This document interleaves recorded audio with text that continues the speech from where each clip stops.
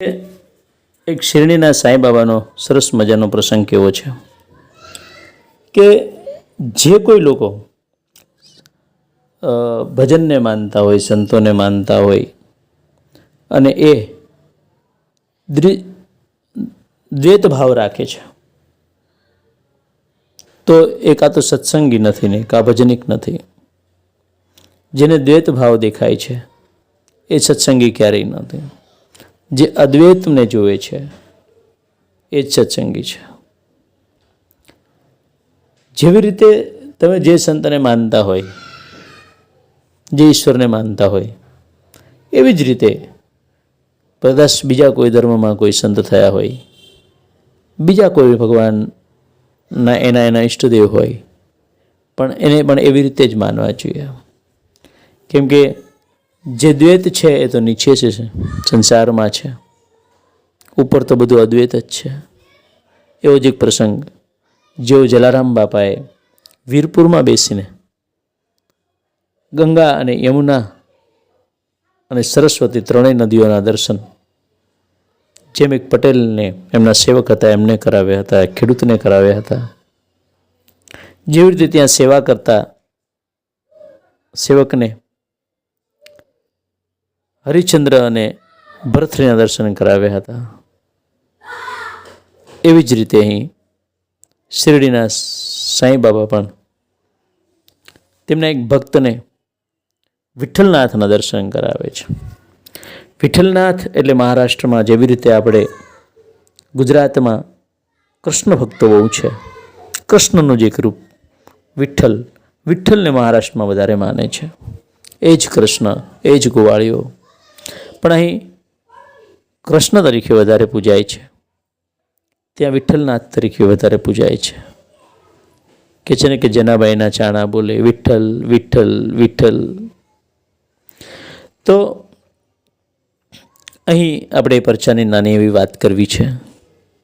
સાંઈ બાબા પ્રભુના નામ સ્મરણના તથા કીર્તનના ભારે શોખીન હતા, ભારે રસ્યા. અને આપણે જેમ રામ રામ કૃષ્ણ કૃષ્ણ બોલીએ એમ એ હંમેશા બોલતા અલ્લાહ માલિક એમ પોતે સદાય રડતા હતા. પણ હવે એની વિશાળતા સાંભળજો.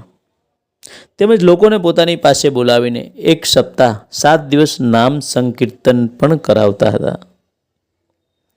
બાબાએ એકવાર દાસગણુ મહારાજને નામ સપ્તાહ કરવાની આજ્ઞા કરી કે તમે અહીંયા અઠવાડિયું રહ્યો. ત્યારે દાસગણ મહારાજે કહ્યું કે હું તમારું નામ સપ્તાહ તો કરું, પણ છેલ્લે 7મે દિવસે મને વિઠ્ઠલના દર્શન થવા જોઈએ. જો વિઠ્ઠલ સ્વયં મને પ્રગટ થાય તો હું તમે આ નામ સપ્તાહ કરું. આપણે ઘણી વખત કહીએ ને ભાઈ 7 દિવસની શિબિરમાં આપણને કોઈ બોલાવે તો શિબિરમાં આવવું, પણ ફાયદો શું? મને ફાયદો થવો જોઈએ, ખાલી મારા 7 દિવસ બગાડવા. એની આપ મને ખાતરી આપો. એટલે બાબાએ તેની છાતી ઉપર હાથ મૂકીને કીધું કે બેટા ખાતરી, બિલકુલ તને જરૂર દર્શન થશે, તને વિઠ્ઠલ અવશ્ય દર્શન દેશે, પણ તારી સાચી ગાઢ ભક્તિ હોવી જોઈએ. ડાકોરનાથનું ડાકોર, વિઠ્ઠલનું પંઢરી, કૃષ્ણ રણછોડનું દ્વારકા એ બધું શિરડીમાં જ છે. કહેવાનો ભારત, જ્યાં પ્રેમ છે ત્યાં પ્રભુ પ્રગટ થાય છે. કણ કણમાં પ્રભુ છે. હરિવ્યાપક સર્વત્ર સમાના, પ્રેમ તે પ્રગટ હોઈ મેં જાના. દેશ કાલ દિશી બિદિસ્યુ માહી, કહું સૌ કહા પ્રભુ નાહી. ક્યાં ભગવાન નથી? તમને પ્રેમ અને શ્રદ્ધા હોવી જોઈએ. તેથી દ્વારકા જેટલા દૂર જવાની જરૂર નથી વિઠ્ઠલને ગોતવા માટે. વિઠ્ઠલ પોતે જ અહીં આવશે. વિઠ્ઠલ કોઈ બીજે સ્થળે શું, અહીં જ પધારવાના છે. એ તો અહીં જ છે, પધારવાના પણ નથી, એ તો અહીં જ છે. માત્ર તારે પ્રેમ પ્રગટ કરવાનો છે. માત્ર જ્યારે ભક્ત પ્રેમ ભક્તિથી કિલો બને છે ત્યારે વિઠ્ઠલ ત્યાં પધારે છે. એમ શિરડીમાં જ વિઠ્ઠલ જાતે તને દર્શન દેશે. ઉપર કહેલું નામ સપ્તાહ પૂરું થયું ત્યારે વિઠ્ઠલે પોતે અજબ રીતે પ્રગટ થયા. વિઠ્ઠલ પોતે પ્રગટ થયા. કેવી રીતે થયા? કે કે સ્નાન કરીને નિયમ પ્રમાણે કાકા સાહેબ દીક્ષિત ધ્યાનમાં બેઠા છે ત્યારે તેમને વિઠ્ઠલના સ્વરૂપનું દર્શન થયું. ધ્યાનમાં દર્શન થયું છે. હવે આપણે કહીએ કે ધ્યાનમાં થયું તો હવે થાય, મનની પેલી હોય તો, પણ હવે એના પુરાવા પણ મળે છે. ધ્યાનમાં એ સ્વરૂપનું દર્શન થયું.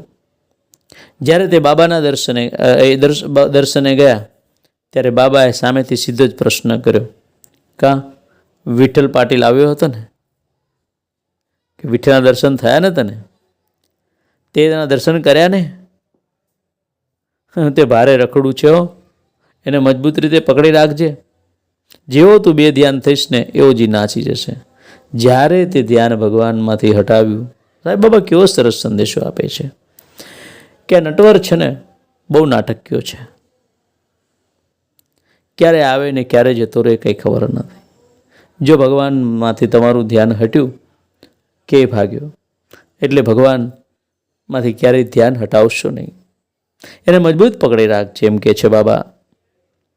આમ સવારે ધ્યાન વેળા વિઠ્ઠલના દર્શન થયા અને બપોરે બાબાએ એ જ વાત કરી. તે જ દિવસે બપોરે પછી બીજા લોકોને પણ વિઠ્ઠલના દર્શન થયા. એ કેવી રીતે થયા જો. કોઈ ફેરીઓ વિઠોબાની 25-30 વિઠ્ઠલની એટલે કે વિઠોબા કે વિઠ્ઠલની 25-30 છબીઓ લઈને વેચવા આવ્યો કે વિઠ્ઠલ લેવો, કોઈને વિઠ્ઠલ લેવો. હવે જે સ્વરૂપમાં કાકા સાહેબે વિઠ્ઠલના દર્શન કર્યા હતા, એક અલૌકિક અલગ જ રીતે એના દર્શન કર્યા હતા. એ છબીઓમાં મળવા અને ત્યાં વેચાવા આવવું એ શક્ય જ નહોતું. એણે તો પોતાની રીતે અલગ જ વિઠ્ઠલના દર્શન કર્યા હતા. એ જ છબી હતી, એવી જ છબીમાં પણ એવી જ આ જે છબીઓ વેચાવા આવીને એમાં એવું જ સ્વરૂપ હતું. એટલે એ છબી જોતા જ બાબાના શબ્દો કાકા સાહેબને દીક્ષિતને યાદ આવી ગયા અને તેણે આનંદ આશ્ચર્ય થયું. ત્યાં જ તેમણે વિઠોબાની એક છબી ખરીદી અને પોતાની પૂજાની ઓરડીમાં લઈને રાખી દીધી. અને બીજા બધા ભક્તોએ પણ એ છબીઓ લીધી અને વિઠ્ઠલના દર્શન કર્યા. એટલે સંત ક્યારેય કોઈ વાડામાં નથી હોતા. એ મસ્જિદમાં રહેતા હોય કે અલ્લાહ અલ્લાહ બોલતા હોય તો એને વાડામાં બાંધવાની જરૂર નથી. સંત તો હંમેશા સનાતની જ હોય. સંત માટે ક્યારેય આ પેલું નથી હોતું. પણ પાછળના અધૂરિયાઓ આજે કંઈ વાડા બન્યા છે જગતમાં, જે કંઈ અફડાતફડી મચી છે એ અધૂરિયા જ્ઞાનીઓને હિસાબે મચી છે, એ અધૂરિયાઓને હિસાબે મચી છે. તો આ એક નાનો એવો પ્રસંગ હતો, પણ આપણે આખું શ્રી સાંઈ ચરિત્ર વાંચવાનું છે અને યુટ્યુબની અંદર એને પ્રચાર કરવાનું છે. આપ થોડી રાહ જોજો. એક પછી એક ચરિત્રો આપણી સમક્ષ રાખતા જઈશું. જય શ્રી સાંઈ બાબા.